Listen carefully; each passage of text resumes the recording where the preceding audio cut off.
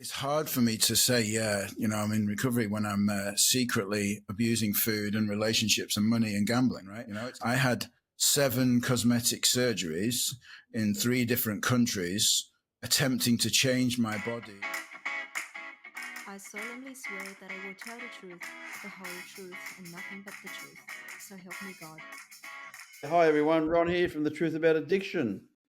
Welcome to another episode. And today we have a special guest from the UK, Jason Shiers. I probably said it wrong, I usually do. But yeah, look, Jason into helping people and he's helped himself. Welcome, and what's the Jason Shiers story? Thanks, Ron. Thanks for having me. And great that we can connect across the world. I love it. Different time zones and stuff, and slightly different accents, but the same language. Yeah. Yeah, I mean, it's a lot. I've got a long story, and it's kind of, I'm sure many of your listeners listen to all sorts of war stories, about addiction. And, I've got one of my own.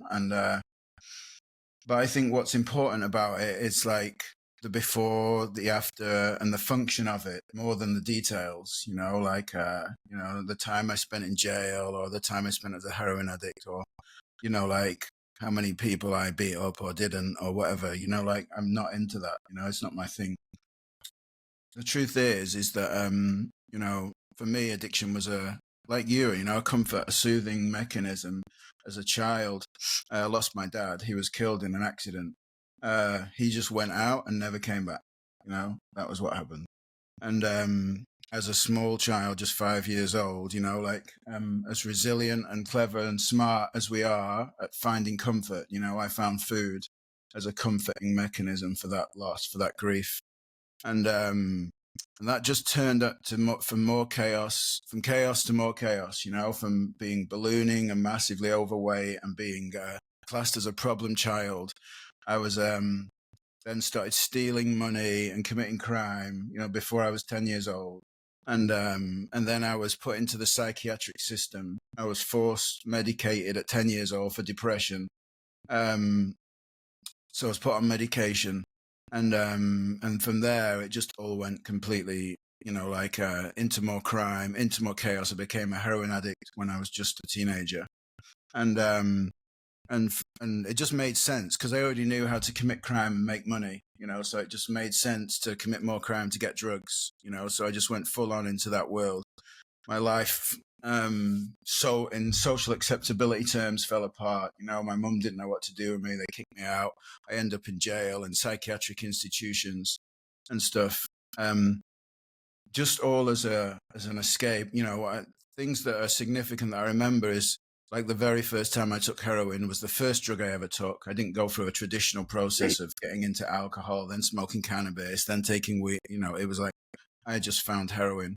And I remember the first time I took it, it was like, this is the thing I've been looking for my whole life, and I don't mean heroin. It wasn't heroin that I was looking for my whole life. It was the ease and comfort that I felt inside that I'd never had from being a small boy who lost his dad, in a world where it looked like I'd been handed a shit hand, of life. It's like I was a victim, that's how it looked to me of shitty circumstances. So it was always about the escapism. It was always about the soothing. It was always about the escape from myself, from being me. It was always about the ease and comfort. It's nothing to do with drugs, nothing to do with processes, addictions, food, gambling, sex. It was never about those things. They were just things that I used to ease my experience of being me. So I went to rehab when I was 23. I'd been in that world for 10 years of committing crime, going to jail, in psychiatric institutions. And I've been under the psychiatric team since I was 9 or 10 years old. And I got clean, and the first thing I did in rehab when I stopped taking drugs was I started stealing food out of the kitchen. And I started eating food out of bins, and I started stashing food, and I started stealing food off people's plates when they left the thing. And I became the same as I was as a criminal, watching for things that weren't nailed down. I was watching people's plates of food. It was exactly the same behavior, the same way of getting this food, stuffing it in my mouth, making myself sick or feeling a lot of shame around the way that I behaved, because the drugs were the solution. They weren't ever the problem anyway. They were just the way of finding peace within myself, and that I talk about addiction as intelligence. Addiction is intelligent. It may not be socially acceptable, and it may be frowned upon and societally condemned and so on, and classed as a disease within so many models of recovery, but it's intelligent. It's like it's a small child finding his way to find ease and comfort inside. It's a smart thing to do from that perspective, because that's what we do. We're wired up to find ease and comfort. If we don't have it, we'll find a way to get it. So yeah, when I stopped taking drugs, I picked up food, and then just years of chaotic behavior and in and out of relationships, damaging relationships, picked up gambling and sex and money and everything else, and went to meetings and said my life was great and smiled and said, oh, it's wonderful, this recovery thing. We all joked about eating too much cake because we all gained 100 kilos or something. It's kind of like within 6 months or a year of getting clean. And we were all sat there, big tummies, and laughing about how great it was to be clean. But I was killing myself, like in quiet. I was crying myself to sleep. I wanted to die, inside, but I was sat there saying how great my life was. So it felt that I could feel I'm a truth seeker, I don't give up, so easily. And it's like, and I want to know answers and I want to understand, and it's like, so I can't rest easy with that bullshitting myself, that my life is great through gritted teeth in meetings and going home and stuffing my face with 20 or 30 pounds worth of bars of chocolate on the way home, from the shop that nobody knows about. I can't do that, I can't do it comfortably anyway. So I became a psychotherapist, that's what I did. I thought, seems like, because I went to therapy, because apparently I had issues, mental health issues, so that's why I went to therapy that meetings wouldn't help me with. And as I started to go to therapy, I thought, well, maybe if I could understand this thing, therapy, then I'd be able to help myself. Surely if I could educate myself fully in this, like get a degree in this thing, then I would be okay too. That was my sole motivation for becoming a therapist, was to help myself, which didn't work, because I just like what I learned was I met a lot of other therapists that were also suffering. They were in secret, like still struggling with addictions, with process addictions. A lot of them were friends, still going to meetings, saying how great their life was in meetings. But I knew the real truth, so it was like, it bothered me, it bothered me. It didn't rest easy in my mind. And I learned how to, the way I describe it is in psychotherapy training, I learned how to sit in the dark with people, and be quiet and be silent and to reflect. But none of us knew where the light switch was. We could sit in the dark. I could feel people's pain. I could feel my own pain. I'd started digging into my own trauma. I'd started learning about myself, but I just became more depressed as I started digging into this, like going back to the past, trying to get a new relationship with what was primarily a memory, just was never really doing anything for me, about taking me more into the darkness, So I never gave up, I just went on this quest. I went to Tony Robbins. I did all of Tony Robbins's things. I traveled around the world. I did the Hoffman process, the Landmark Forum. I became qualified in NLP, in CBT, in person-centered counseling. I got a diploma in transactional analysis, 4 years of study. And then I did other stuff. I had a long list of credentials, but I still wasn't happy. I still could not find peace within myself. And I'd almost resigned, I'd resigned to a life of, like coping with darkness and misery and using coping mechanisms like relationships that was on and off, never knowing my own heart, never knowing the beauty of myself, just never, ever. No, I couldn't go there because, like what I know now is like, to reflect back on that makes perfect sense, because my heart was firmly closed, because if anybody loved you, they left you. That was the decision I made as a child when my dad was killed, unconsciously. I didn't know that, but I picked everything that reflected that back to me. Everything was safe. Everything was not heartfelt, because heartfelt was dangerous. It was risky. It risked it risked me feeling the terror and the abandonment of those moments as a child, you know, and that was one thing that my system, my somatic system did not want to go to, you know.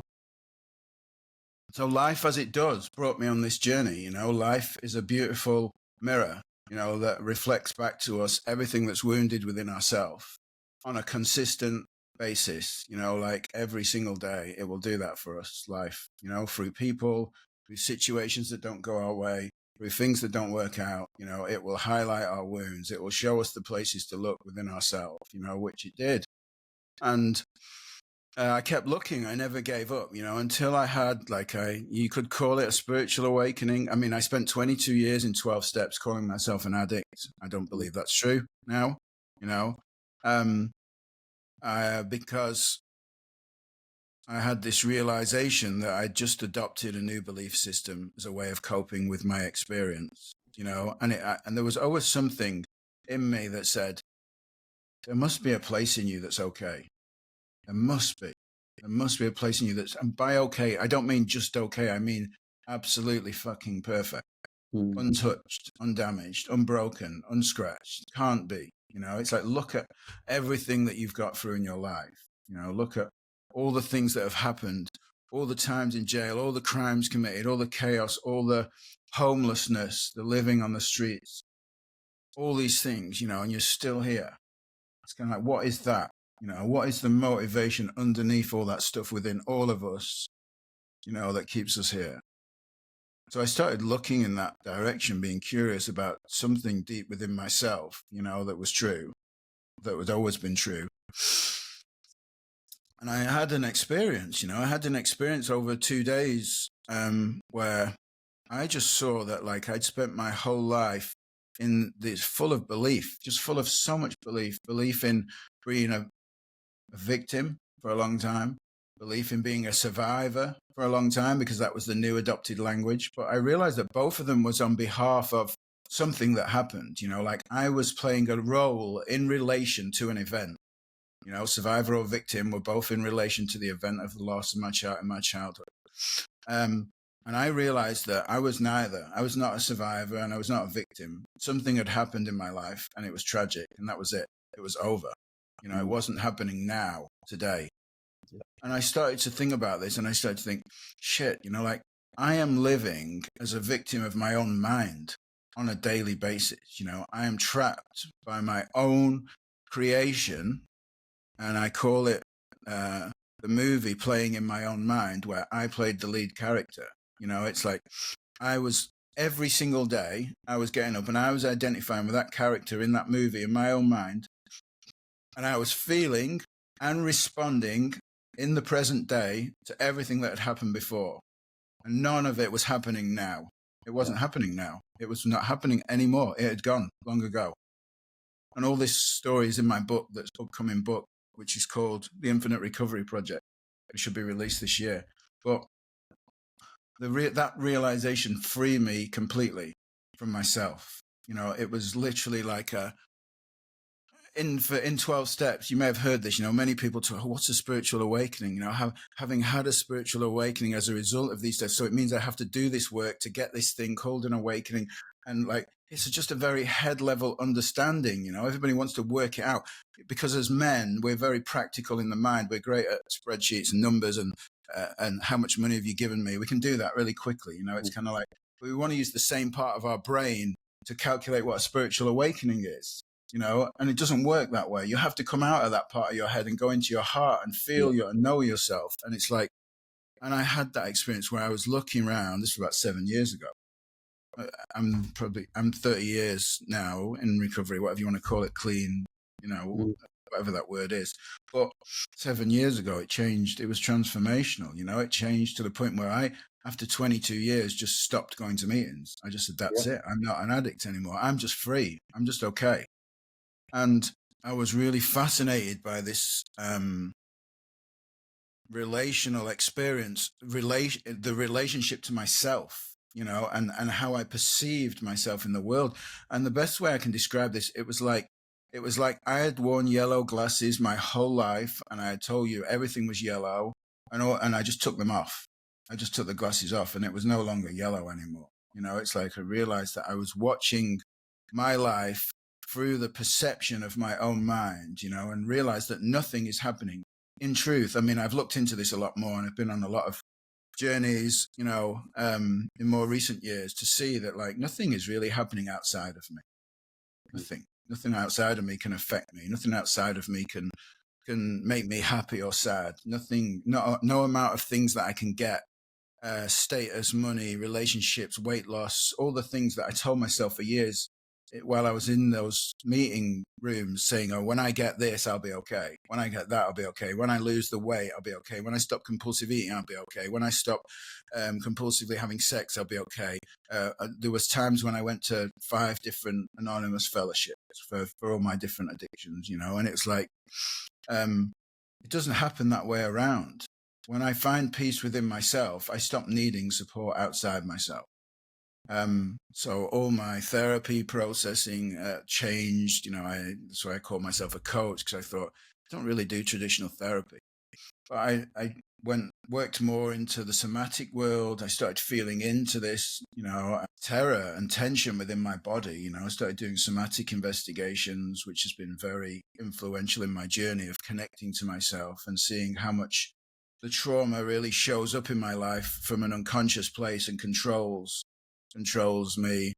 So after my awakening experience, you know, like I kind of delved a lot more into spirituality, and I started to look at life from this real existential kind of dilemma that I think most of humanity suffer with. You know, it's kind of like that I am a separate self called Jason and you're a separate self called Ron, and we live in this world, this material objective world. You know, it's like where it's on you and it's on me to be better men, you know, and do something in the world.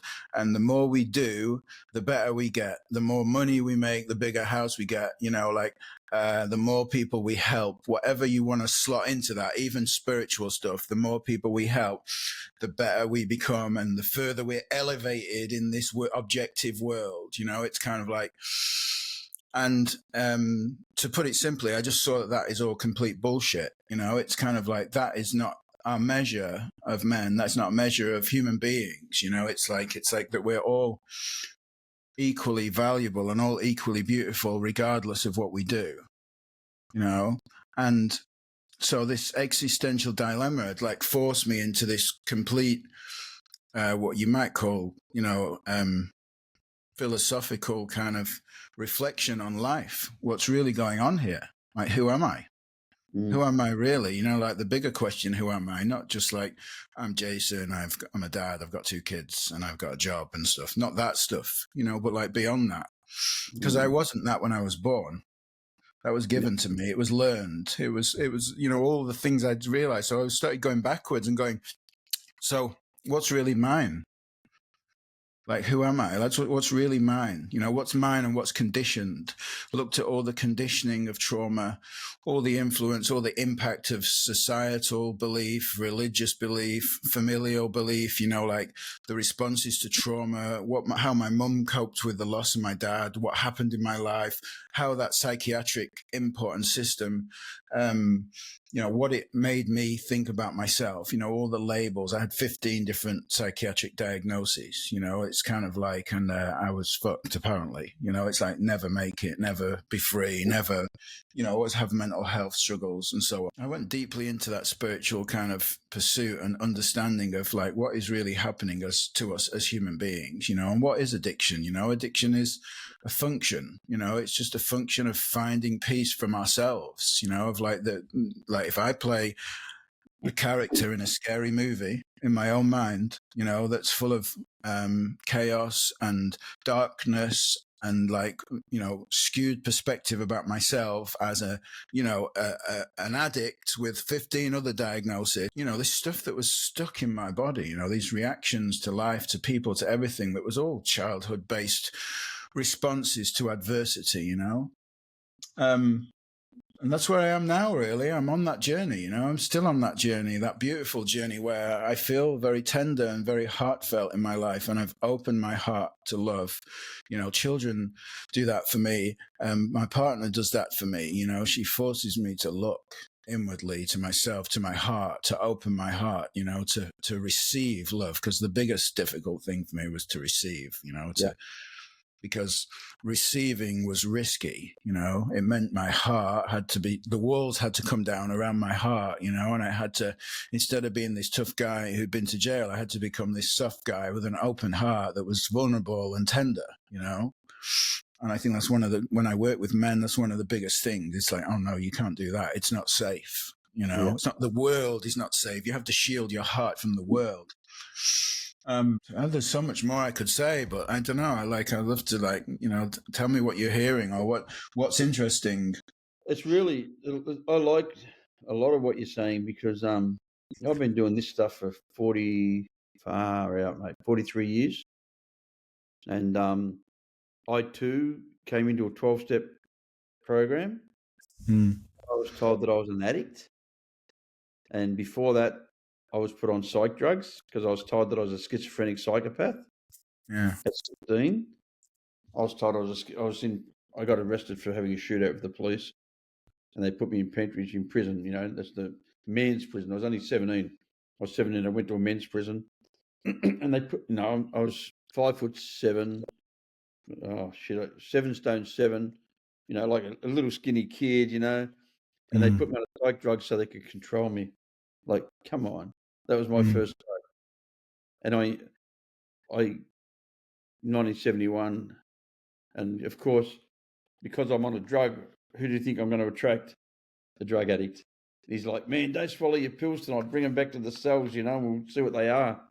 And I came back and he goes, oh man, you can shoot this shit up. It was Largactil. And that was when I had my first injection. And it gave me peace. I fitted in. I called it remission. Yeah. Because while I was stoned, I had remission from self. Yeah.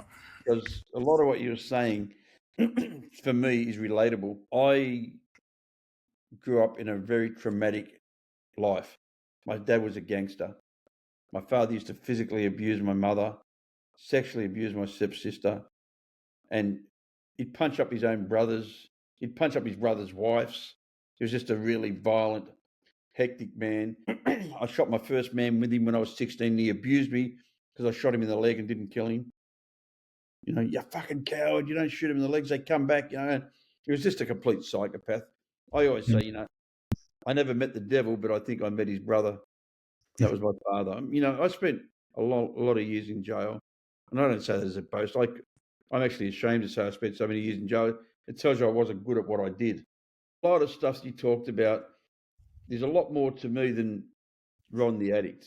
I'm a human being first, a man second, and I have an allergy to chemicals. I don't even like using the word addict. Yeah. I have an allergy to chemicals. When I put chemicals in my body, I can't guarantee my behavior. I only know that because I've tried it. I had three relapses.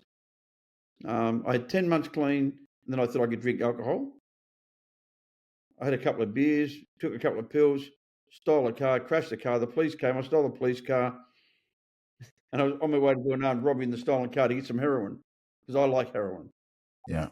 People that tell me they didn't like their drugs, I'm sorry, I loved them because they gave me relief from whatever the demons were that were inside of me that aren't there today. I don't need chemicals anymore because I don't have the demons. I'm not scared of the boogeyman anymore. And all my life I was scared of the boogeyman. And the boogeyman's not real. And that's why, when I treat guys, I say, what's real and what's not real. Yeah. When you're a child, like, I don't know about you, but me, I'd be afraid of coming home, and I'd be really full of fear, like, oh shit, And I'd get home and I'm meant to be asleep. So all that panic all the way home was for nothing. Yeah. All that fear and all that stuff was for nothing. And that's how I lived most of my life, in fear. And I spent a long time in jail. So you can't be fearful in jail, otherwise you'll get abused, you'll get used. So I had to be the tough guy. And that's not who I was. That's not who I am. I can be that person. if I choose to be. But I'm not a victim. I choose to be that guy. I choose to be that criminal. I choose to be that drug addict. I choose to be that little boy who's still scared. I've said it for a long time. I'm not a victim. I'm not a victim. I try to play that card, that same card. Like, if you had the upbringing I had, you'd be like I was too. Yeah. Fuck off. Fuck off. You know, I am what I am, and I am. You know, I believe I'm just a human being trying to live life on life's terms, who was indoctrinated with a lot of misinformed information. My concept of a male was wrong. My concept of a husband was wrong. My concept of a father was wrong. My concept of honesty was wrong.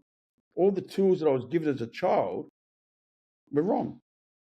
And I've had to reestablish my own belief system that fits right with me. As we said, you know, off camera before, I'm still not a great one for a lot of the system.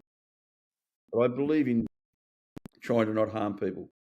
What, because I'm going to get points? No, I don't really care about points. And, you know, whatever this higher power is, not, as I said, Jason, I've been doing this for a long time. And I don't know who God is. I don't know higher power. I don't know that. I believe whatever it is I've got to love, understand, and forgive myself. That's the first person I've got to come to terms with. That's the first person I've got to love. And love's a big word, you know. Like when you were talking about it, I was feeling really soft and nice because I was afraid of opening my heart to anybody. I'm nearly 70 years of age. I've been with my wife for 12 years. She's the first woman who I honestly loved unconditionally.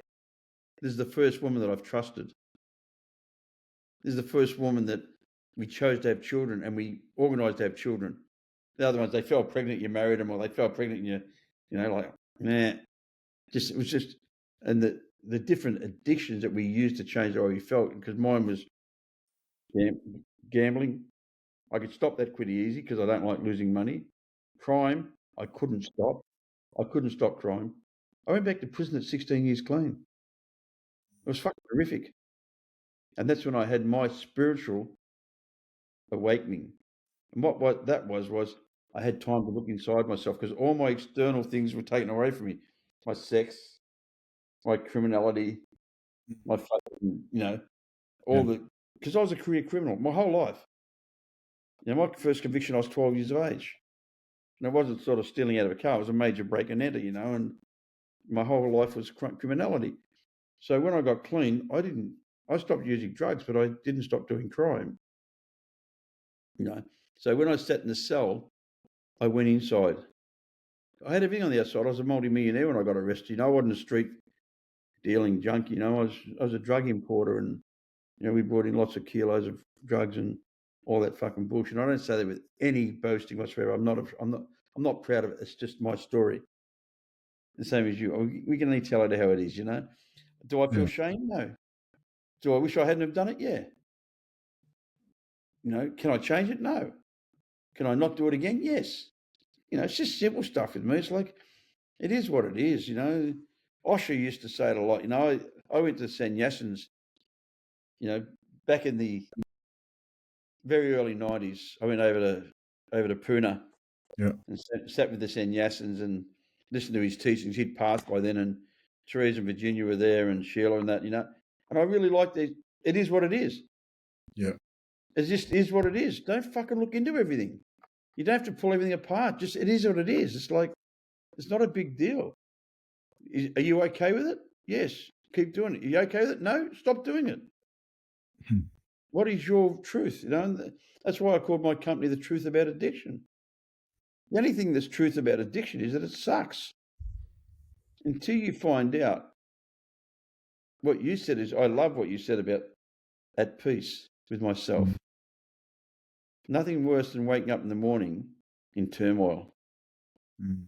At 16 years clean, I was laying in a multi-million-dollar home with all the trappings, the young American wife with the child, and you know, and I just remarried, and the sports car and the race car in the garage, and the boat out in the backyard. We're on the water, and thinking, fuck, I hope I don't wake up tomorrow. The same as I'd felt 20-something years before in active addiction. Yeah. That same feeling of destitute, desperation, and no hope. Yeah, today I have hope. I have hope that I can enjoy my children. I have a 9-year-old and a 4-year-old, and I fucking love them. My greatest part of the day is going with my son to soccer training and going to watch him play on the weekends and watch his little face when he scores a goal and he does the worm and, he's a celebration. That's better than it's better than pulling off some of the biggest rots I ever pulled off. Watching my son play soccer is the most rewarding gift that I've been given. The appreciation of right here and now. Yeah. Appreciation of having nothing but having everything. I don't know if that makes sense, but to me it does. To me, It makes sense. everything is nothing. Everything is nothing. I've been lucky enough to be very successful in companies and made material things that mean very little to me. I like them. Don't get me wrong. I don't want to live in the park. I don't want to be destitute. I don't want to be on Social Security. I like nice things. I like having a nice house and being comfortable. But that isn't where my happiness and my freedom comes from. It comes from my brain and my heart. And what you said before, I say to everybody, we have a heart of gold and a head of spaghetti. And we need to fucking unravel that spaghetti and get in contact with our heart. Do I think I can have a drug and be happy? No, I don't. I don't think I can have one shot. I think I start a chain reaction of obsessive and compulsiveness. I know that's part of my nature. I don't have one car. I don't have one watch. I don't have one of anything. All I ever do is have one wife now, thank God. But so I still have these. I don't even know, because you touched on something that makes me really aware of our doctoring, especially in the 12-step program, because we get repetitive, obsessive compulsive, one's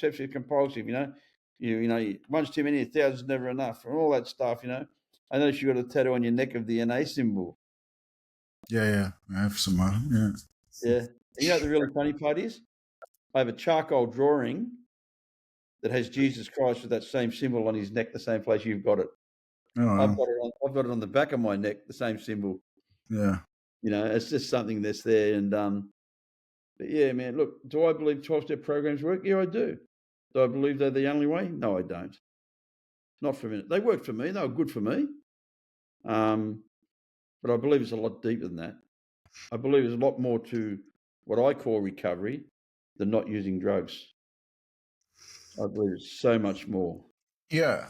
I think that's a good point because, again, I talked about this in my book. It's like I call it like whack-a-mole. Where the whack-a-mole machines where one thing pops up and you knock it down and another thing pops up.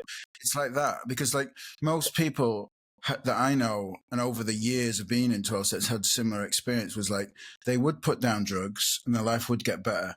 But yet they were using food and sex and relationships and money at the same time. So is that really recovery? It's kind of because I find the term recovery for me a little bit, it's hard for me to say, I'm in recovery when I'm secretly abusing food and relationships and money and gambling. It's kind of because I'm not really. The truth of it is remove myself from that 12-step perspective where I'm in meetings with everyone else who's doing great, says they're doing great like I am, because we're more focused on the ego than anything, like looking good, rather than what's really going on, owning our shit. Then remove yourself. What's really happening? Okay, I've put down drugs and alcohol. I know I can no longer do that. There's nothing in me that says it's a good idea to use drugs, right? It's gone, that. But I'm not willing to stop fucking spending 30 quid a day on chocolate and gambling money in the bookies and looking for extra relationship sex. And, I'm not willing to give that up. It's kind of because then what happens, right? Let's just break it down. Like, okay, so I stop gambling, I stop compulsively eating, and I stop the sex. What's left? Me. My experience, my internal discomfort, and I've done a lot of Osho stuff. I love Osho. I think he's really funny. And I've read a lot of his books. And Osho often talks about in this moment now, like what's happening in this moment now. And it's kind of like, so in this moment now, I'm no longer escaping myself with drugs, alcohol, sex, and food, right? I'm left with internal discomfort, dis-ease, and somatic tension, right? Obsessive thinking and physical urges. That's what I'm left with if I stop those things. nobody can live like that. No person has the will to consistently escape themselves, like using their own mind without using an external coping mechanism. So it's too much. It's too intense. So we go back to coping mechanisms. Oh, I'll just have a little bit. I'll just have a little cake, or whatever it is. It's kind of like, and then that becomes the coping mechanisms. But when I work with people, I go about it opposite to most. I don't get people to stop the coping mechanisms first. I help people resource themselves internally and know themselves internally. And eventually they don't need the coping mechanisms, Exactly. because they find peace within themselves. And quite often I've had this experience where I'll say to somebody, how's the compulsive eating going? After 2 months, 3 months, they'll say, oh, that, yeah, I don't know. I just don't need that anymore. It's gone, and it's like, okay, well, so how did that come about? Well, it just seems like my life seems more joyful, more lighter, more content. I'm not suffering. I'm not struggling anymore with myself. It's like, because we've done some work on that stuff and connected back to self and felt that, like the beauty of being yourself, versus this idea, I have to be this man, this provider, protector, survivor, this good addict, whatever it is you tell yourself your image is in the world, so it makes sense, the whack-a-mole thing. It makes sense that you put down one thing that you no longer can do because of the physical implications, because of the crime-related implications, because you don't want to go to jail anymore. Yep. Okay, so we stop using the expensive drugs because I can't do that shit anymore. I can't go to jail. So, but instead I can do food because I got money, and there's always food around. I can abuse that. I can abuse, gambling within my means. But like you, I didn't like to lose money either. So, like quickly stop that. But the relationship thing and the weight thing for me, talk about the weight thing for a second, right? I had 7 cosmetic surgeries in 3 different countries, attempting to change my body on the outside because I was so obsessed and so uncomfortable being me, and every time I went and got put to sleep in another country and got bits of my body changed or cut off because I was very overweight because of the food stuff, and I had a tummy tuck and I had different things done because I lost all the weight and then I put it back on and then I lost it all and I put it back on. And I'm talking 150 kilo things, Yeah. Going to these other countries, being put to sleep, waking up, hoping to wake up happy, like hoping to wake up, oh, please let me look at myself in the mirror and let me not hate myself. Let me not want to cut parts of my body off. Because as men, we don't often talk about the eating disorder side of things, the food obsession side of things. It's more a female thing, apparently. But like for me, I had that intently, like that's what happened to me in recovery. So you can see the extremes of going to these places, trying to change the outside in order to fix the inside, Yeah. Oh, look, I've been lucky enough to get to a point where I don't care about the mold. I don't care about that. And I think that comes with age, but I also think it comes with doing a lot of work on yourself. And for me, a lot of my work was going inside. What do you really want to be? What is your concept of man? Not what's your father's concept or society's concept, or not what you think they want you to be. What do you want to be? Yeah. What do you? And mine was always, I just want to be at peace. What's your concept of peace? Not worrying about what people think of me. Well, why would you worry about what other people think about you? Isn't that your ego? And what's your ego? The ego is your fucking, my enemy. For me, an egomaniac with an inferiority complex is a really dangerous person, Yeah. But yeah, I went into Buddhism. I liked that a lot. I listened to Osho. I read a lot of his stuff. I did a lot of stuff that I really, really would have put shit on. I would have bagged people for doing it in the old days. Like, why would you do that shit for, And to me, that was where I found the peace, because I found people who didn't care about hang loose and be a goose. I couldn't do that because I was too cool. I was too cool to go to a party. Like I didn't dance. Fuck that shit. You don't dance. And I remember when I went to this lessons, we did dance and meditation. Yeah. First week was really difficult. Yeah. In the third week, No one was even there. In my brain, there was no one else around. Yeah. People no longer mattered, and everything was about being right at present at this moment. And I say to people, right this moment, are you okay? Right this very second, yeah. Have you got food? Yes. Have you got clothes? Yes. You got somewhere to sleep? Yes. You're a really lucky person. Yeah. But what if I get the sack? But what if you don't get the sack? Yeah. But what if it doesn't happen? They're all unfounded fears. And that's the mind again playing fucking games with you. Because I say to everybody, if somebody else treated you the way you treated yourself, you probably would have murdered that person a long time ago. And you were trying to murder that person. And some people don't agree with me. I believe drug abuse is a form of self-mutilation. It's a form of self-mutilation. On the outside we slash up, and the inside we inject in. We're still trying to kill ourselves. We're trying to kill whatever that feeling is, or that emotion, or that thought. Because to me, stoned was unconscious. That was my happy place, unconscious. Yeah. I didn't just get stoned to be party Ron. I was stoned on my own in a hotel room with nobody else there, hoping to get on the nod. Mm.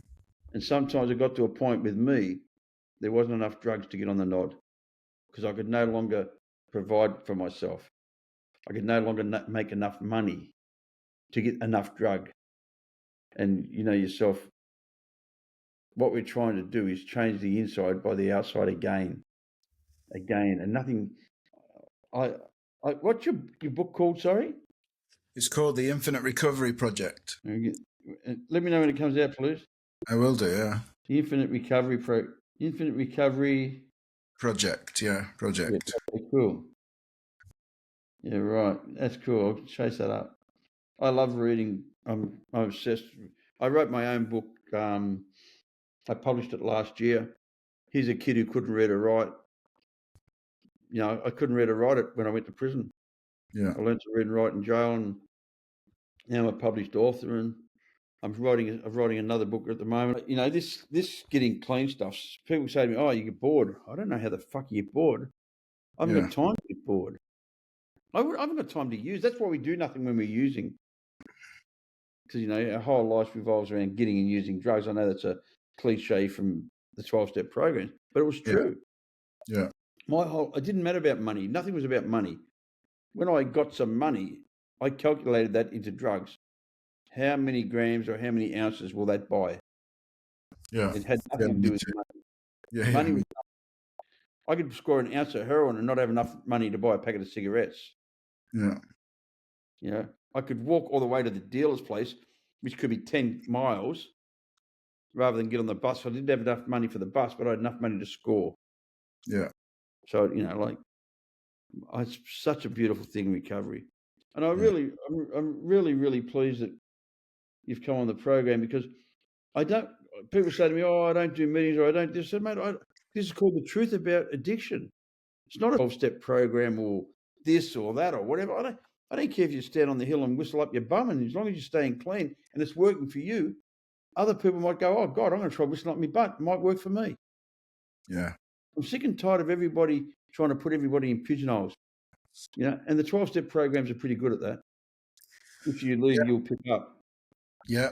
That was my thing, That's why I didn't get so indoctrinated into spirituality, because it's like I'd been indoctrinated, as I saw it, into a 12-step belief system, and I'd come out the other side of it and I'd gone, shit, that was a good belief system. It was better than the belief system that I had before, right? But it still wasn't the truth, It wasn't truth that I was an addict. It wasn't true that I needed to go to meetings to be okay, because to me, I saw these two things as like there's inherently something wrong with me and I need to do these things to be okay. And I thought that cannot be fucking true. There's nothing wrong with me. It's like, so that was where I came out the other side.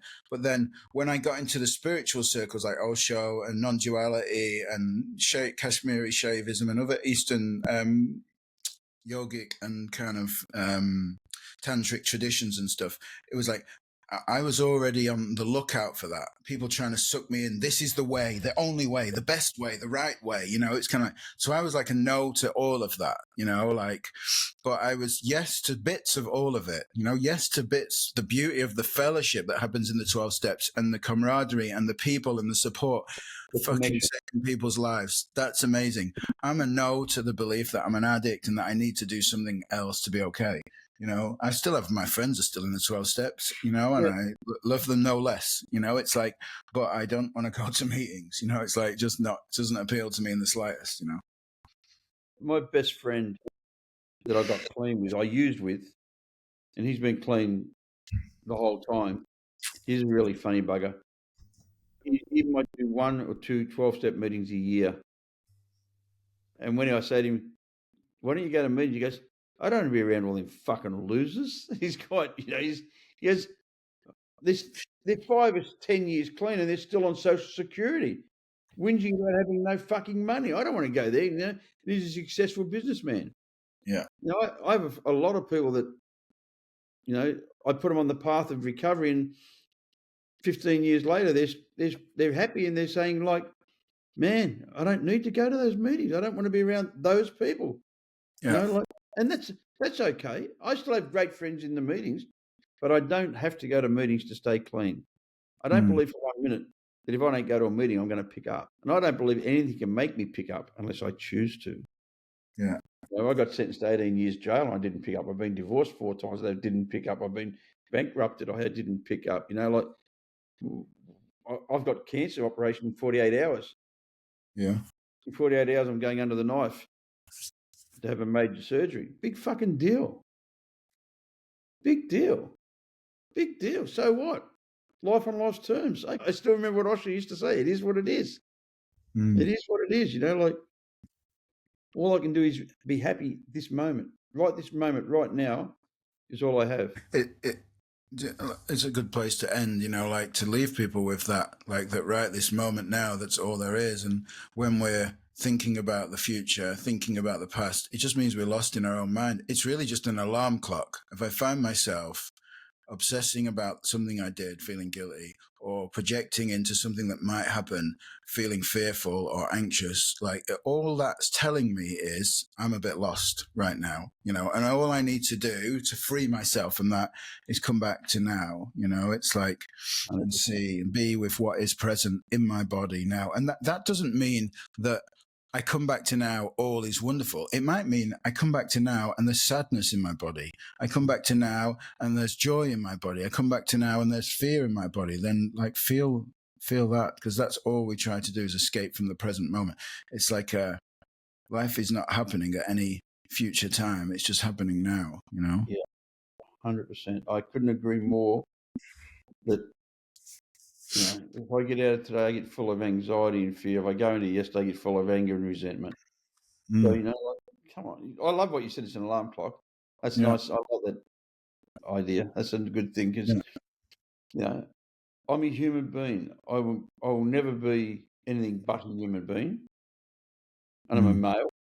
So I have that ego, but I don't think that's just a male trait either. And our doctrine you have to be really careful of because of the, men don't cry, fucking chin up, son, oh, you fell over, get up, come on, my son falls over, say it's okay to cry.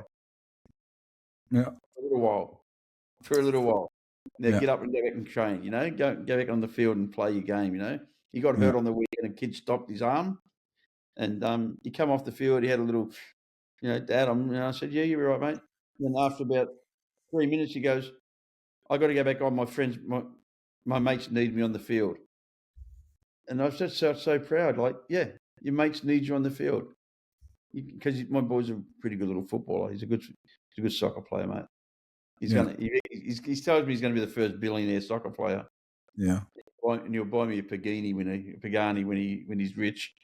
Yeah, he's 9 years old. I love it. But nice. Yeah, mate. Look, I'm glad we've connected. I hope we can stay in contact. Yeah. Maybe we could do some lives together. Yeah. Try to get people to come and join us because our concepts are different, but they're the same. Your and my concepts are different, but they're exactly the same. All Yeah. we have is now. Yeah. And you're not a monster. I haven't had a psych medication since the 70s. For someone who was a schizophrenic psychopath, I've never been back on medication. So, labels really fuck people up. And as you'd be quite aware, our system is broken badly. The pharmaceuticals are the biggest drug dealers in the world. I was a baby drug smuggler. Don't worry about that. They're bringing in fucking container loads of it every day, and getting a stamp and getting money because the government makes money off them.